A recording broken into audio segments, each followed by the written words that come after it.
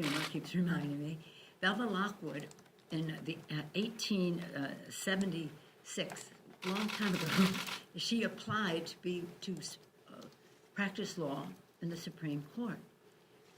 The vote against her was 6-3. There were 9 justices then, as now. 6-3, because she was a woman. They turned her down. So she didn't take no for an answer. She campaigned with, advocated for change with the Congress of the United States. And she said, she won. Congress passed a law that says, passed a bill saying that women with the qualifications must be admitted to the bar of the Supreme Court. And Ginsburg then goes on to say, it is my favorite example of how sometimes the Congress is more in touch with changing times and expansion of idea of equality than the court is. I remind you that when the court, in current history, ruled against women in the workplace by ruling against in the Lilly Ledbetter case, the dissent was written by Justice Ginsburg. Her dissent became the basis for the Lilly Ledbetter Fair Pay Act, which was passed in the Congress and the first bill to be signed by President Barack Obama, his very first bill to sign. Once again, the Congress more in touch with the changing times and the expansion of equality in our country. First time was, I think it ended up at 1879 by the time it was finished. In any event, her passing is like just a death in so many families in our country because so many people pinned their hopes, heeded her guidance, admired her stamina, her love of the arts, bringing stability to her relationships in the court and in the country. At the same time as we observe her passing, we observe the deaths in the family of 200,000 Americans from the coronavirus. We mourn every one of them. I had the opportunity to be invited the other day, a couple of days ago, when the number was exceeded, actually, where there were 20,000 flags on the mall in front of the Washington Monument. 20,000 flags. Just if you saw the optic of it, the visual of that many flags, representing each one of them 10 people who had died. 10 families, 200,000 families suffering this loss, and some of them not even able to give a hug goodbye or be close to their loved ones as they passed on from this. It did not have to be this way, but Trump's contempt of science and the health of the American people, including the cover-up of the catastrophic nature of the virus and his resistance to mask wearing, distancing, and other science-based steps to slow the virus, has led to an historic national tragedy. Terrible, immoral failure on the part of this president. We advanced a science-based proposal to crush the virus in the HEROES Act. That was 4 months ago. But our insistence on testing began March 4th. That was our first bill that we passed on coronavirus in the Congress. March 4th, testing, testing, testing. No, it was in other bills along the way, bipartisan bill, but not implemented. The HEROES Act had not only the resources, but the strategic plan set forth by the Energy and Commerce Committee, its chairman, Frank Pallone. They ignored science. Science, testing, tracing, treatment, isolation, sanitation, mask wearing. That could have saved many lives. Not all, but many. Either the GOP does not understand the gravity of the situation or do not care about meeting America's families' needs. Again, sadly, within hours of Justice Ginsburg's passing, they had it planned in advance, because we barely heard that she had passed when McConnell said that they were going to approve a justice soon. May she rest in peace any sense of decency? I guess not. But you know why? You know why? And this is really important. You know, people talk about this and do that and that. It's important to the American people to know what that statement and the president's statement as well, what they're saying is we have to put somebody there. They'll never replace Justice Ginsburg. We have to fill that seat so that we can overturn the Affordable Care Act. People have to know why this matters to them in their lives. If you have a pre-existing condition, of which 150 million families in America do, say goodbye to the benefit. Overturn the benefit of the pre-existing condition. If your children, and millions of children are, on their parents' policy, that's over.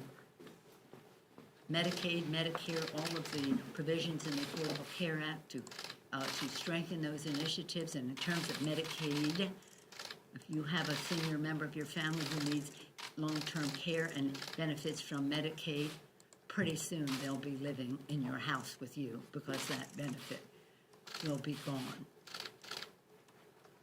And if you're a woman, the Affordable Care Act said if you're a woman, no longer will being a woman be a pre-existing medical condition, something that many of us can speak of firsthand, where women paid more, if they could even get the coverage.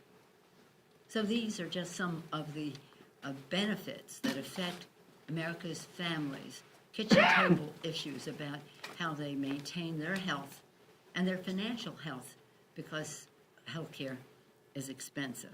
So it just goes on and on about what will be gone. But that's the method to their madness. Let's just get in there and overturn the Affordable Care Act.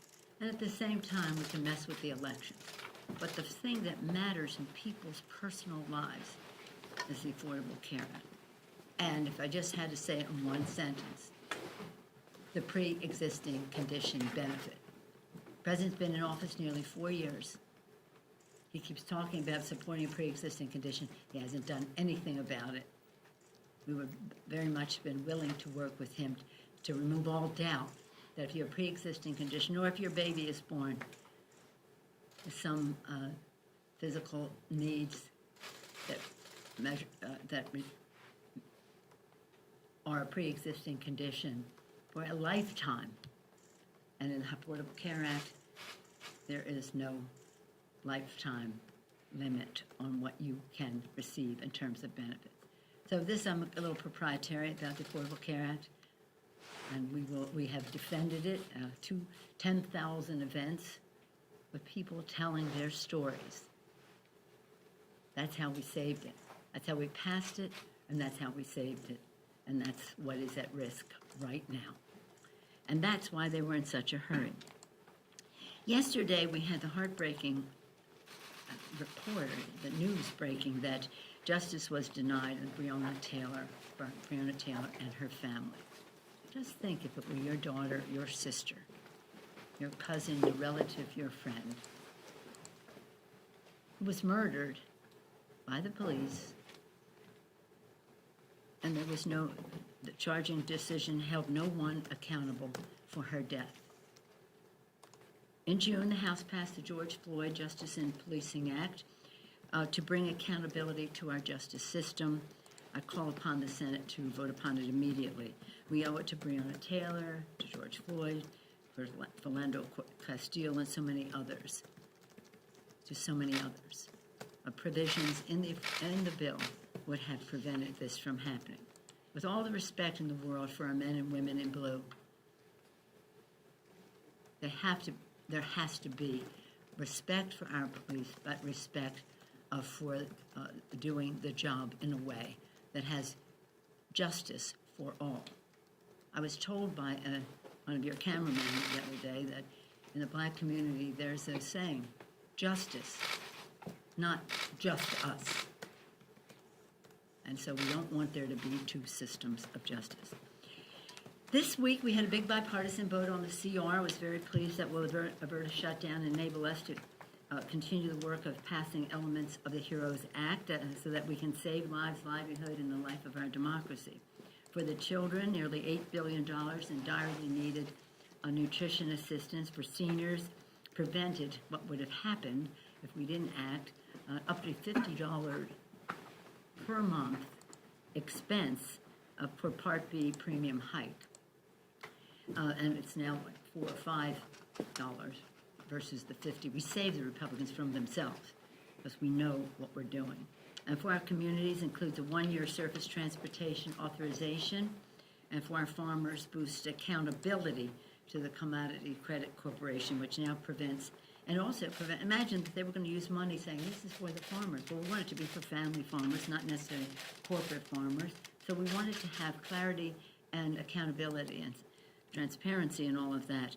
But imagine that they had announced that they were going to spend $300 million from the CCC, which is for farmers, to give a bailout to big oil. The bill prevents that from happening. And now that the CR is done, we hope that the administration will come forward with the resources to meet the needs of the American people. We came down $1 trillion in our $3.4 trillion bill. Then we offered to meet the Republicans halfway. We still haven't heard back about that. But you know what?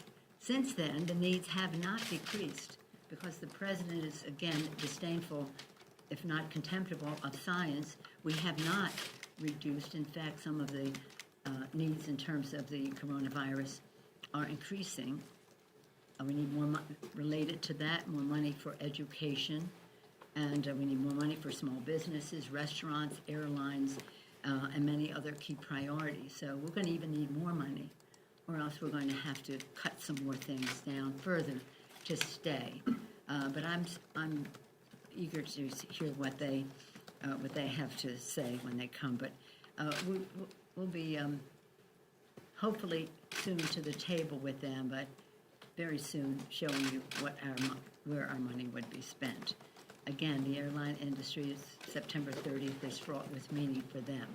Children in school right now, they need more money for children to be there safely in terms of spacing, or if it's virtual, to have the technologies so that they can learn. I was very proud yesterday, a few of you were here, when we unveiled our Protecting Our Democracy Act, a robust reform package to address the president's staggering litany of abuses and ensure that they can never happen again by anyone and any president. Our chairs, I'm very proud of their work, have crafted robust reforms that can stand up to and prevent, for example, an assault on our democracy, including the abuse of pardon power, soliciting of foreign interference in our elections, retaliatory attacks on whistleblowers, politicization of tools of justice, abuse of office for personal enrichment, and contempt of Congress's oversight powers, including our subpoena power. It's really sad because that is central to the genius of the Constitution, the system of checks and balances, 3 separate branches of government, a check and balance on the other. It is sad that the president's actions have made this necessary for us to do. We have no choice but to repair and strengthen our democracy. We cannot look the other way and enable its erosions. Our founders, they figured there could be a rogue president someday, so they built guardrails into the Constitution. But they didn't figure we'd have a rogue president and a rogue Senate that would let him get away with all of that. Hence, this is necessary. In closing, I'll just say this. 40 days until the election. 40 days. For some of us in our faiths, 40 is a number that is fraught with meaning. 40 days. 40 days of contemplation, 40 days of prayer, 40 days of resolve, 40 days for the American people to give voice to their concerns and to have an election that is about the peaceful transfer of power, which is such a beacon of democracy and hope to the rest of the world. 40 days. Thank you. Any questions? Madam Speaker. Madam Speaker, do you have absolute confidence in the institutions of this country to ensure a peaceful transition to the next presidential term, and that if, in some extraordinarily unlikely circumstance, the election were still being contested when President Trump's term ends in January, that he would have to leave office and that whomever is speaker would become president? Well, that's an outcome we don't want. We want the peaceful transfer of power. And again, this is about, some of you've heard me say again and again, we don't agonize, we organize. And we want to make sure that the American people know how important their vote is and how they can vote safely without risking their health. And it's very sad that you even have to ask that question, a real testimony to the need for protecting our democracy that we put forth yesterday. But that a president of the United States would place in doubt the idea of the peaceful transfer of power is, well, it's no surprise, again, because the president has been contemptible of science and governance. And so you see 200,000 people have died. But I have confidence in the American people, and I have confidence that he won't get away with saying, for example, I won with the vote on the ground, the vote in the mail doesn't count, and the rest of that. What am I missing here about people just not saying, hold it, calm down, Mr. President? Now, we do know who he admires. He admires Putin. He admires Kim Jong-un. He admires Erdogan in Turkey. He admires people who are perpetuating their role in government. But I remind him, you are not in North Korea, you are not in Turkey, you are not in Russia, Mr. President, and by the way, you are not in Saudi Arabia. You are in the United States of America. It is a democracy. So why don't you just try for a moment to honor your oath of office to the Constitution of the United States. Madam Speaker. Yes, I have confidence, and it would not be a good thing for our country, for our election to be ignored by the president, so that a solution, as the Constitution provides for, but nonetheless one that does not, in my view, constitute a peaceful transfer of power. Madam Speaker. Madam Speaker. Do you Yes, think, Along the same lines, President Trump has made past provocative statements, and you guys have been up here at the podiums and said there are horrible things to say, and then gone about the business. Is there anything more formal that you want to do to make your opposition to what he said yesterday known, since your resolution, you took up a resolution after Charlottesville? I don't think he's worth the trouble at this point. We have 40 days until the election. He is trying to discredit mail-in voting, which is hurting. As you've heard some of the Republicans say, this has been an important part of our electoral success, mail-in voting. He's discrediting that, vote by mail. And so the answer to it all, the antidote to almost every ailment that I have named is the vote. And so right now, our point is, it's no use our orchestrating one thing or another when what really matters in terms of the peaceful transfer of power is that people vote and that their vote is counted as cast. Whoever they vote for, whatever the outcome, if he gets honestly gets the majority of the Electoral College and is the next president, that's the peaceful transfer, continuation of power. So this isn't, we just wondered if it's going to be Joe Biden on January 20th. I feel quite certain that it will be. I don't know if I'm allowed to say iwillvote.com. Go there, you can find out how to vote by mail, in person, if you're registered, how to register, tell a friend. So it is, we have something called the Sojourner Truth Women's Vote Project. The Sojourner Truth was a suffragist, she was a slave, and she was an abolitionist. And she was very much a part of women getting the right to vote. We have a dedicated statue to her, Speaker Lashon, in Emancipation Hall. Very proud of that. So we have this project named for her. And every Tuesday, we have Truth Tuesday, Sojourner Truth, but Truth Tuesday, to talk about how people can vote. And sometimes people say, I'm not going to vote because they just haven't voted or they don't know how to vote. We have to remove all those barriers. Instead, we have a president of the United States who wants to discredit people's vote. Really? Really? What would our founders think? And what are these Republicans going to say to their children and their grandchildren when they ask them, what did you do to strengthen our democracy when it was questioned as to whether an election was the proper way to transfer power in our country? It's right now, 40 days. We just want to get out that vote. But you understand, there's a lot of people, particularly in your party, and the liberal side of it particularly, who found last night to be a pretty important remark. There are many, I have the privilege of being a leader in the most diverse party in every possible way, including opinion. A large number of people outside, not in the House, but outside, wanted me to shut down government because of what they're doing on Justice Ginsburg. Shut down government? I'm not a big believer in shutting down government, but when the West is on fire and the South is battered with storms and the whole country is suffering from a pandemic and we have a downturn in our economy and the people we need so that we can do our jobs, public employees, we're going to shut them down? No, I don't think so. So again, the beautiful diversity of our party is that we are not a rubber stamp. We have all kinds of opinions in the party. And the fact is, I was very proud that we were able to achieve what we did the other day and have a big, strong, bipartisan vote to keep government open. Madam Speaker, I wonder if you could, Madam Speaker. Do you agree that Article 6, which bans religious tests from being a qualification for office, do you think that that should apply to Supreme Court nominees as well? I'm not going to get into anybody's interpretation of one thing or another.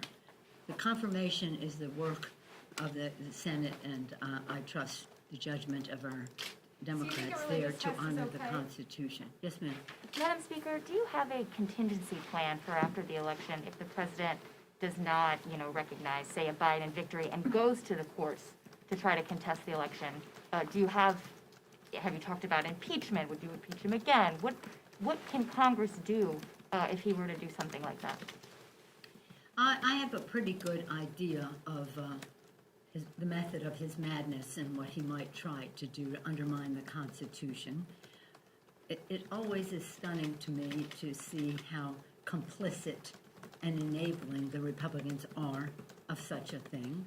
I was pleased that Leader McConnell put out a statement this morning that seemed to go in the direction of protecting the Constitution of the United States. That was a real change. But let me just say that there are 3 stages to elections. One, everything that happens before. And you see what he's trying to do, dismantle the post office, discredit mail-in voting, all the kinds of things that they're doing, Russian involvement in our elections and the rest, all the things they're trying to do to undermine the integrity of our elections. Then there is a vote, and now at least 20 states right now are voting. So we're in this area where for some it's still pre-vote time, and for others the election is on. And again, we want people to be able to vote without jeopardizing their health. And that's why we want to have the money in the bill to do just that. It doesn't seem that the health of the American people as they exercise their right to vote does not seem to be of interest or any level of priority to the Republicans. But that discussion goes on.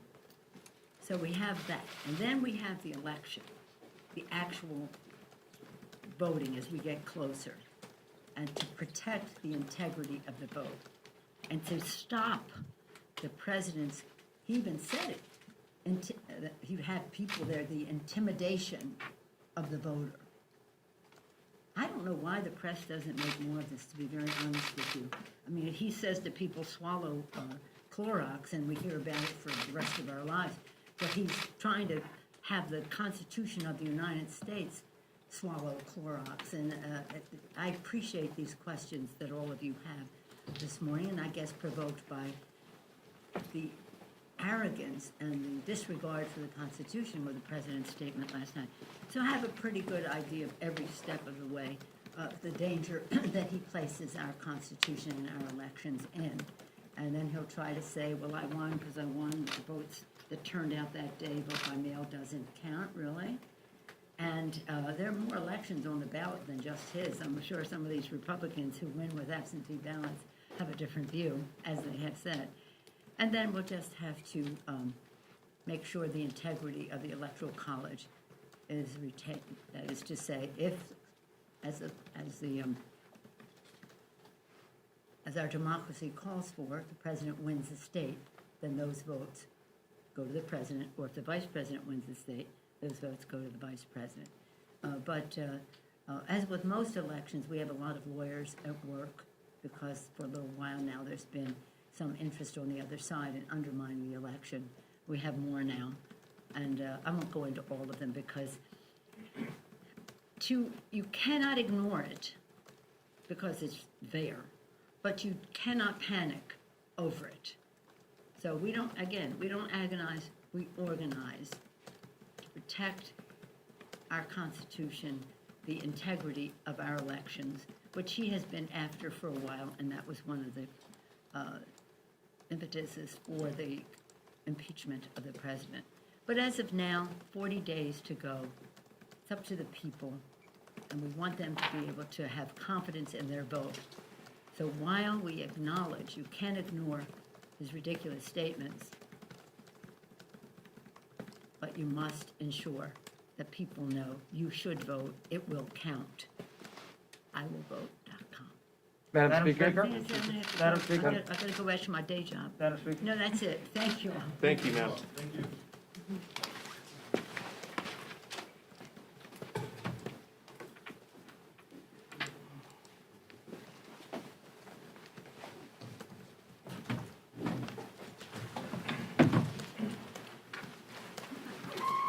Jared, are we doing the same later this afternoon? Sure. Thank you. Thank you.